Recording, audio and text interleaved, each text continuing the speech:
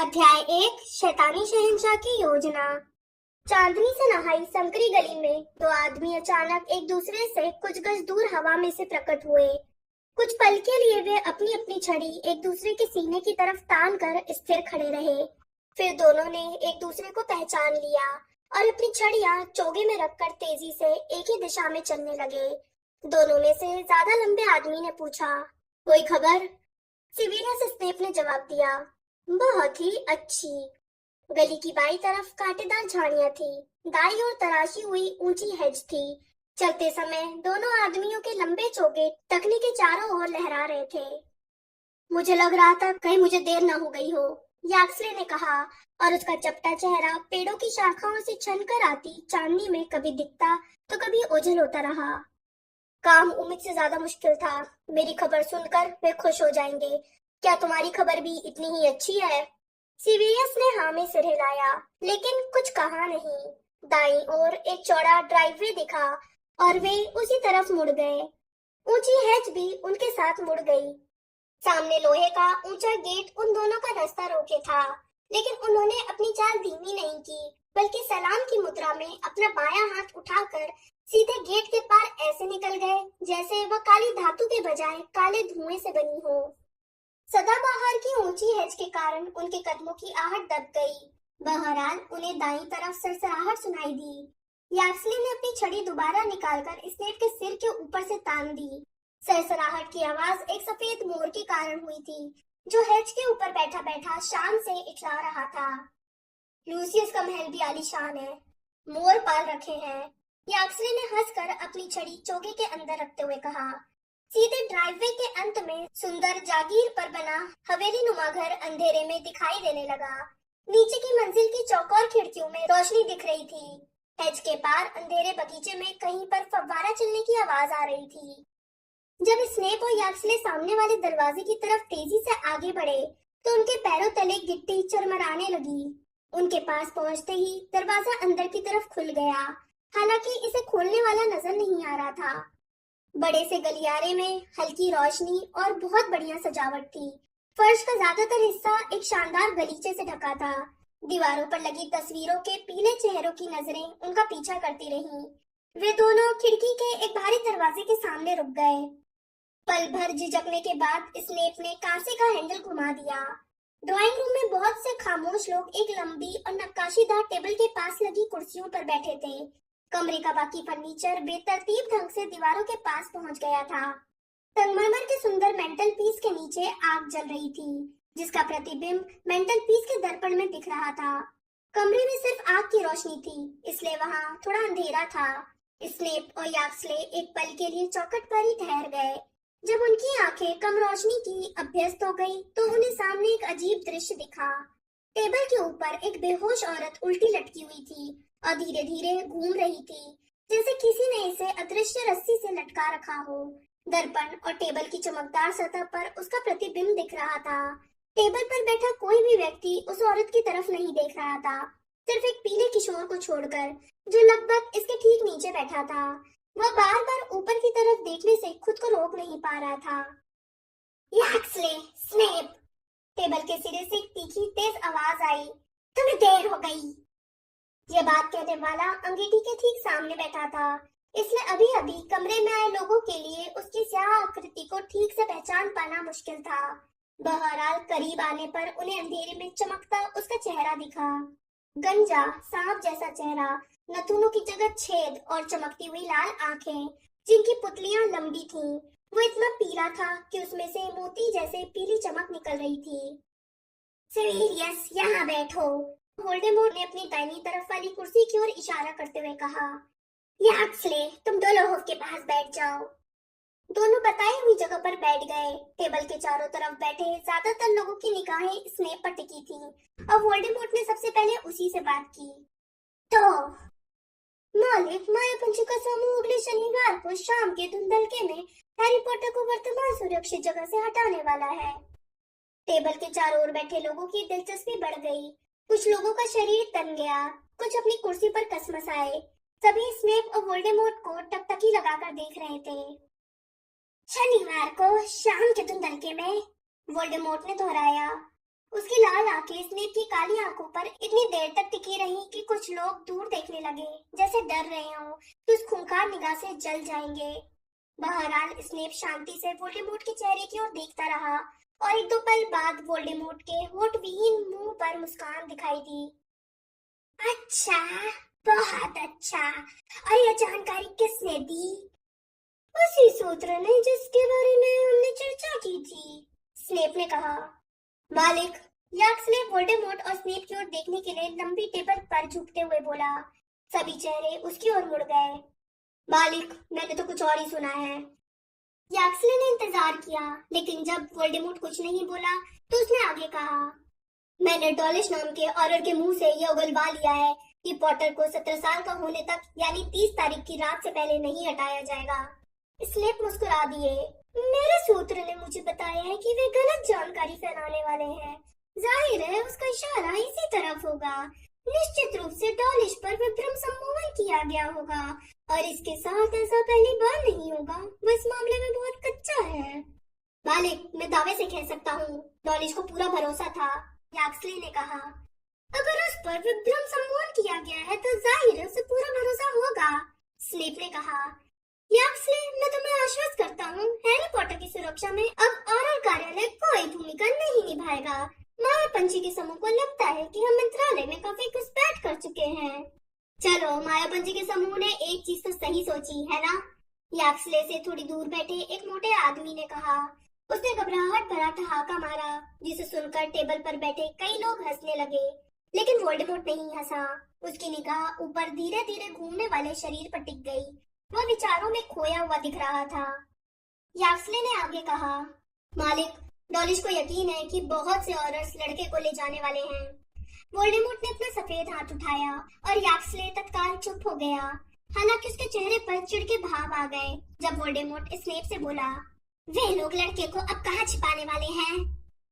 माया पंछी के समूह के किसी सदस्य के घर पर, स्नेप ने कहा। उसके मुताबिक उस घर पर माया पंछी के समूह मंत्रालय ने सुरक्षा के कई इंतजाम कर दिए हैं। मालिक, मुझे लगता है उसके वहां पहुंच जाने के बाद उसके पकड़ में आने की संभावना बहुत कम है, जब तक कि हम लोग शनिवार से पहले ही मंत्रालय पर कब्जा न कर लें। अगर कब्जा हो जाता है तो मंत्रालय के मंत्रों और सम्मोहनों का पता लगाकर उसे तोड़ सकते हैं और माया पंछी के समूह के मंत्रों तथा सम्मोहनों को तो हम खुद ही तोड़ लेंगे। याक्सले, वोल्डेमॉर्ट ने याक्सले की तरफ देखा और उसकी लाल आंखों में आग की रोशनी अजीब तरीके से चमकने लगी। क्या अगले शनिवार तक मंत्रालय पर हमारा कब्जा हो जाएगा? एक बार फिर सारे सिर घूम गए। याक्सले ने अपने कंधे तान लिए। मालिक, मेरे पास इस बारे में अच्छी खबर है। काफी मुश्किलों और कोशिशों के बाद मैंने पायस थिकनेस को सम्मोहन शाप में वश में कर लिया है। याक्सले के आसपास बैठे कई लोग प्रभावित नजर आने लगे। याक्सले के ठीक पास बैठे लंबे विकृत चेहरे वाले डोलोहोव ने उसकी पीठ थपथपाई। यह तो सिर्फ शुरुआत है, वोल्डेमॉर्ट ने कहा। थिकनेस मंत्रालय का सिर्फ एक आदमी है। मेरे काम करने के लिए जरूरी है कि स्क्रिमग्योर हमारे आदमियों से घिर जाए। अगर मंत्री की हत्या की कोशिश एक बार भी नाकामयाब हो गई तो मेरी योजनाएं काफी पिछड़ जाएंगी। मालिक, यह सच है, लेकिन आप जानते ही हैं, थिकनेस जादुई कानून पालन विभाग का प्रमुख है, इसलिए वो न सिर्फ मंत्री के साथ बल्कि मंत्रालय के अन्य विभागों के प्रमुखों के भी नियमित संपर्क में रहता है। मुझे लगता है कि इतने बड़े अधिकारी को अपने वश में करने के बाद अब हम बाकी अधिकारियों को भी वश में कर सकते हैं। हमारा काम अब आसान हो जाएगा क्योंकि वे सभी मिलकर स्क्रिमग्योर को हटाने के लिए काम कर सकते हैं, वोल्डेमॉर्ट ने कहा। बशर्ते दूसरों को वश में करने से पहले ही हमारी दोस्त थिकनेस की पोल न खुल जाए। कुल मिलाकर ऐसा लगता है कि अगले शनिवार से पहले मंत्रालय पर हमारा कब्जा नहीं हो पाएगा। अगर हम लड़के को उसकी मंजिल पर पहुंचाने के बाद छू नहीं सकते तो हमें यह काम उसकी यात्रा के दौरान करना होगा। हम यह काम आसानी से कर सकते हैं मालिक, याक्सले ने कहा, जो वोल्डेमॉर्ट से तारीफ भरे शब्द सुनने के लिए लायक दिख रहा था। जादुई यातायात विभाग में हमारे कई लोग घुसपैठ कर चुके हैं। अगर पॉटर अंतर्ध्यान होता है या छू नेटवर्क का इस्तेमाल करता है तो हमें तत्काल पता चल जाएगा। वो इन दोनों का ही इस्तेमाल नहीं करेगा, स्नेप ने कहा। माया पंछी का समूह मंत्रालय के नियंत्रण वाली किसी भी यातायात साधन का इस्तेमाल नहीं करेगा। उन्हें मंत्रालय से जुड़ी किसी भी चीज पर भरोसा नहीं है। यह तो और भी अच्छा है, वोल्डेमॉर्ट ने कहा। तब तो वो खुले में यात्रा करेगा और उसे पकड़ना ज्यादा आसान होगा। एक बार फिर वोल्डेमॉर्ट ने ऊपर धीरे धीरे घूमते शरीर की तरफ देखा और बोला, मैं खुद उस लड़के का काम तमाम करूंगा। हैरी पॉटर के मामले में बहुत सारी गलतियां हो चुकी हैं, उनमें से कुछ मेरी भी हैं। पॉटर अपनी काबिलियत के कारण नहीं बल्कि मेरी गलतियों के कारण जिंदा है। टेबल पर बैठे लोगों ने वोल्डेमॉर्ट को सहम कर देखा। सभी के चेहरे पर यह डर साफ झलक रहा था कि हैरी पॉटर के जिंदा रहने के लिए उन्हें दोष दिया जा सकता है। बहरहाल ऐसा लग रहा था जैसे वोल्डेमॉर्ट किसी और से नहीं बल्कि खुद से बात कर रहा था, क्योंकि वह अब भी ऊपर घूमती बेहोश आकृति की तरफ देखकर बोल रहा था। अब तक मैं अपनी लापरवाही, किस्मत और संयोग के कारण हारा हूँ, जिनके कारण सर्वश्रेष्ठ योजना को छोड़कर बाकी सभी योजनाएं गड़बड़ा जाती हैं। लेकिन अब मैं पहले से ज्यादा जानता हूँ। अब मैं उन चीजों को समझ गया हूँ जिन्हें पहले कभी नहीं समझता था। हैरी पॉटर मेरे ही हाथों मरेगा और मैं ही उसे मारूंगा। तभी दर्द और दुख भरी एक चीख सुनाई दी, जैसे उन्हीं शब्दों को सुनकर निकली हो। टेबल पर बैठे कई लोगों ने हैरानी से नीचे की तरफ देखा, क्योंकि आवाज उनके पैरों के नीचे से आती हुई लग रही थी। वर्मटेल, वोल्डेमॉर्ट ने कहा, हालांकि उसकी धीमी खोई खोई आवाज में जरा भी बदलाव नहीं हुआ और उसने ऊपर घूमते शरीर पर से नजरें नहीं हटाई। मैंने तुमसे कहा था ना कैदी को चुप रखना। हाँ हाँ मालिक, टेबल पर आधी दूरी पर बैठे एक नाटे आदमी ने हांफते हुए कहा, जो अपनी कुर्सी पर इतना झुककर बैठा था कि पहली नजर में तो कुर्सी खाली दिख रही थी। वो अपनी कुर्सी से उठकर इतनी फुर्ती से कमरे के बाहर निकला कि बस उसके हाथ की चांदी जैसी झलक ही नजर आई। वोल्डेमॉर्ट एक बार फिर अपने अनुयायियों के तनावपूर्ण चेहरों की तरफ देखते हुए बोला, जैसा कि मैं कह रहा था, अब मैं पहले से ज्यादा समझ सकता हूँ। जैसे यह बात कि पॉटर को मारने के लिए मुझे तुम में से किसी की छड़ी उधार लेनी पड़ेगी। सबके चेहरे पर सदमे का भाव आ गया। ऐसा लग रहा था जैसे वोल्डेमॉर्ट ने उनका दायां हाथ उधार मांग लिया हो। कोई अपनी इच्छा से आगे नहीं आ रहा है, वोल्डेमॉर्ट ने कहा। चलो देखते हैं। लूसियस, मुझे ऐसा कोई कारण नजर नहीं आता है कि तुम्हें अब छड़ी की जरूरत हो। लूसियस मैल्फॉय ने ऊपर देखा। उसकी चमड़ी आग की रोशनी में पीली और मोम जैसी नजर आ रही थी। उसकी आंखें धसी हुई थी तथा उनके आसपास काले घेरे नजर आ रहे थे। वो भर्राई आवाज में बोला, मालिक, तुम्हारी छड़ी लूसियस, मुझे तुम्हारी छड़ी चाहिए। मैल्फॉय ने कनखियों से अपनी पत्नी को देखा। वो सामने की तरफ एकटक देख रही थी। उसका चेहरा भी उसके पति जितना ही पीला था। उसके लंबे सुनहरे बाल पीठ पर झूल रहे थे, लेकिन टेबल के नीचे उसकी पतली उंगलियां पति की कलाई पर हल्के से जकड़ गई। उसके स्पर्श पर मैल्फॉय ने दुशाले में से छड़ी निकालकर वोल्डेमॉर्ट की ओर बढ़ा दी, जो छड़ी को अपनी लाल आंखों के सामने रखकर गौर से देखने लगा। कौन सी लकड़ी की है? एल्म की, मालिक, मैल्फॉय ने फुसफुसाकर कहा। और इसके अंदर क्या है? ड्रैगन के दिल का रेशा। अच्छी बात है, वोल्डेमॉर्ट ने कहा। उसने अपनी छड़ी निकाली और दोनों छड़ियों की लंबाई की तुलना की। लूसियस मैल्फॉय ने अनजाने में अपना हाथ बढ़ा दिया। एक पल के लिए तो ऐसा लगा जैसे उसे उम्मीद हो कि वोल्डेमॉर्ट बदले में उसे अपनी छड़ी दे देगा। वोल्डेमॉर्ट ने देख लिया और उसकी आंखें दुर्भावना से फैल गईं। तुम्हें मेरी छड़ी दे दूं लूसियस, मेरी छड़ी? कुछ लोग खीखी करने लगे। लूसियस, मैंने तुम्हें आजादी दे दी है, क्या यही तुम्हारे लिए काफी नहीं है? लेकिन मैं देख सकता हूँ कि तुम और तुम्हारा परिवार कुछ समय से खुश नहीं है। मैं तुम्हारे घर ठहरा हूँ, इस बात से तुम खुश नहीं हो लूसियस? बिल्कुल नहीं मालिक। झूठ मत बोलो लूसियस। जब उसके क्रूर मुंह ने बोलना बंद कर दिया, तब भी हिस्स की धीमी आवाज आती रही। जब यह आवाज थोड़ी तेज हुई तो एक दो जादूगर बमुश्किल अपनी कपकपी रोक पाए। टेबल के नीचे फर्श पर किसी भारी चीज के सरसराने की आवाज सुनाई दी। नगीनी वोल्डेमॉर्ट की कुर्सी पर धीरे धीरे चढ़ी। वह लगातार चढ़ती रही और वोल्डेमॉर्ट के कंधों पर जाकर ठहर गई। उसकी गर्दन इंसान की जांघ जितनी मोटी थी। उसकी आंखों में पुतलियों की जगह पर लंबे छेद थे और वे झपक नहीं रही थीं। वोल्डेमॉर्ट ने अपनी लंबी पतली उंगलियों से उसे सहलाया, लेकिन नजरें लूसियस मैल्फॉय पर ही टिकाए रखी। पूरा परिवार इतना खुश क्यों दिखता है? क्या मेरी वापसी से, मेरी शक्तिशाली बनने से, जिसकी चाहत वे इतने लंबे सालों से जाहिर कर रहे थे? निश्चित रूप से मेरे मालिक, लूसियस मैल्फॉय ने कांपते हाथों से अपनी ऊपरी होठ का पसीना पोंछते हुए कहा, मेरे मालिक, हमारी यही चाहत थी, अब भी है। मैल्फॉय की बाईं तरफ उसकी पत्नी ने अजीब अंदाज में सिर हिलाया और अपनी नजरें वोल्डेमॉर्ट तथा नगीनी से दूर हटा ली। उसके दाईं तरफ उसका बेटा ड्रेको ऊपर लटकती आकृति को घूर रहा था। उसने जल्दी से वोल्डेमॉर्ट को देखा और फौरन दूर देखने लगा, जैसे नजरें मिलाने से डर रहा हो। मालिक, टेबल पर आधी दूरी पर बैठी एक सांवली औरत भावना से भरी आवाज में बोली, हमारे पुश्तैनी मकान में आपका ठहरना हमारे लिए बहुत सम्मान की बात है। इससे बड़ी खुशी हमें किसी बात से नहीं मिल सकती थी। वो अपनी बहन नार्सिसा के पास बैठी थी। दोनों एक दूसरे से बहुत अलग थी। बेलाट्रिक्स के बाल काले और पलकें भारी थी। उसके हाव भाव भी अलग थे। नार्सिसा सख्त और निष्क्रिय थी, जबकि बेलाट्रिक्स वोल्डेमॉर्ट की तरफ झुकी हुई थी, जैसे करीब आने की उसकी हसरत सिर्फ शब्दों से ही जाहिर नहीं हो सकती हो। इससे बड़ी खुशी नहीं मिल सकती थी। वोल्डेमॉर्ट ने अपना सिर थोड़ा सा झुकाकर बेलाट्रिक्स की ओर देखते हुए कहा, बेलाट्रिक्स, तुम्हारे मुंह से सुनना बहुत बड़ी बात है। बेलाट्रिक्स के चेहरे पर जैसे रंग की बाढ़ आ गई। उसकी आंखों में खुशी के आंसू भर आए। मालिक जानते हैं कि मैं हमेशा सच बोलती हूँ। इससे बड़ी खुशी नहीं मिल सकती थी, उस सुखद घटना से भी बड़ी जो मैंने सुना है तुम्हारे परिवार में इस सप्ताह हुई है। बेलाट्रिक्स का मुंह खुला रह गया, जैसे इसका मतलब न समझ पाई हो। मैं समझी नहीं मालिक। मैं तुम्हारी भांजी के बारे में बात कर रहा हूँ बेलाट्रिक्स, और तुम्हारी भी, लूसियस और नार्सिसा। उसने अभी अभी रीमस ल्यूपिन नामक नर भेड़िए से शादी की है। इस पर तो तुम्हें बहुत गर्व होना चाहिए। इस पर चारों ओर व्यंग्यपूर्ण हंसी का विस्फोट हो गया। कई लोग एक दूसरे की तरफ देखने के लिए आगे झुक गए। कईयों ने टेबल पर मुक्के मारे। विशाल नगिनी को यह हलचल पसंद नहीं आई और वो अपना मुंह फाड़ कर गुस्से से फुफकारने लगी। लेकिन प्राण बख्शियों को उसकी फुफकार सुनाई नहीं दी।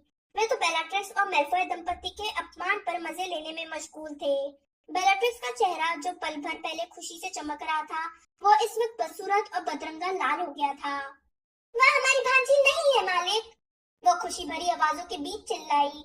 जब से हमारी बहन ने टेन नाम के बदजात से शादी की है, तब से नार्सिसा और मैंने उसकी शक्ल तक नहीं देखी है। उसकी कमबख्त औलाद या उस औलाद से शादी करने वाले जानवर से हम दोनों का कोई रिश्ता नहीं है।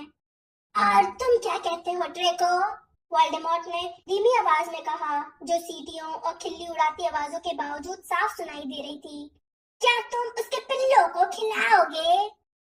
खिलखिलाहट और बढ़ गई। ड्रेको मैल्फॉय ने दहशत में अपने पिता की तरफ देखा, जो अपने पैरों की तरफ देख रहा था। फिर उसे अपनी माँ से नजरें मिलाईं। उसकी माँ ने अपना सिर बहुत हल्के से ना में हिलाया, फिर सूनी निगाह से सामने वाली दीवार को घूरने लगी। बहुत हो गया, वोल्डेमॉर्ट ने नाराज नगीनी को सहलाते हुए कहा। बहुत हो गया। एकदम हंसी रुक गई। हमारे पुराने खानदानों के वंश वृक्ष समय के साथ थोड़े बीमार हो गए हैं, उसने कहा, जब बेलाट्रिक्स सांस रोके याचना भरी निगाहों से उसे निहार रही थी। इनकी सेहत के लिए तुम्हें इन्हें काटना छाटना चाहिए, नहीं क्या? उन हिस्सों को काट कर अलग कर दो जो बाकी पेट की सेहत के लिए खतरा बन सकते हो। हाँ मेरे मालिक, बेलाट्रिक्स ने फुसफुसा कर कहा, और उसकी आंखें एक बार फिर कृतज्ञता के आंसुओं से भर गई। पहला मौका मिलते ही तुम्हें मौका जरूर मिलेगा, वोल्डेमॉर्ट ने कहा, और जैसा तुम्हारे परिवार में है वैसा ही बाकी दुनिया में भी होगा। हम उस दूषित हिस्से को काट कर फेंक देंगे जो हमें प्रदूषित करता है, जब तक कि दुनिया में शुद्ध खून वालों के अलावा कोई भी बाकी न रहे। वोल्डेमॉर्ट ने लूसियस मैल्फॉय की छड़ी उठाकर टेबल के ऊपर धीरे धीरे घूमती आकृति की ओर तानी और हल्के से हिलाई। आकृति एक कराह के साथ हिलने लगी और अदृश्य बंधनों से जूझने लगी। सिवेरियस, क्या तुमने हमारी मेहमान को पहचान लिया? वोल्डेमॉर्ट ने पूछा। स्नेप ने अपनी निगाह उल्टे लटके चेहरे की तरफ उठाई। सभी प्राणपक्षी अब लटकी हुई आकृति को देख रहे थे, जैसे उन्हें जिज्ञासा दिखाने की अनुमति मिल गई हो। जब घूमती हुई आकृति आग की रोशनी में आई, तो एक औरत की थरथराती और दहशत भरी आवाज आई। सिवेरियस, मदद करो। ओह हाँ, स्नेप ने कहा, जब उस औरत का चेहरा धीरे धीरे फिर से दूर चला गया। और तुमने ड्रेको?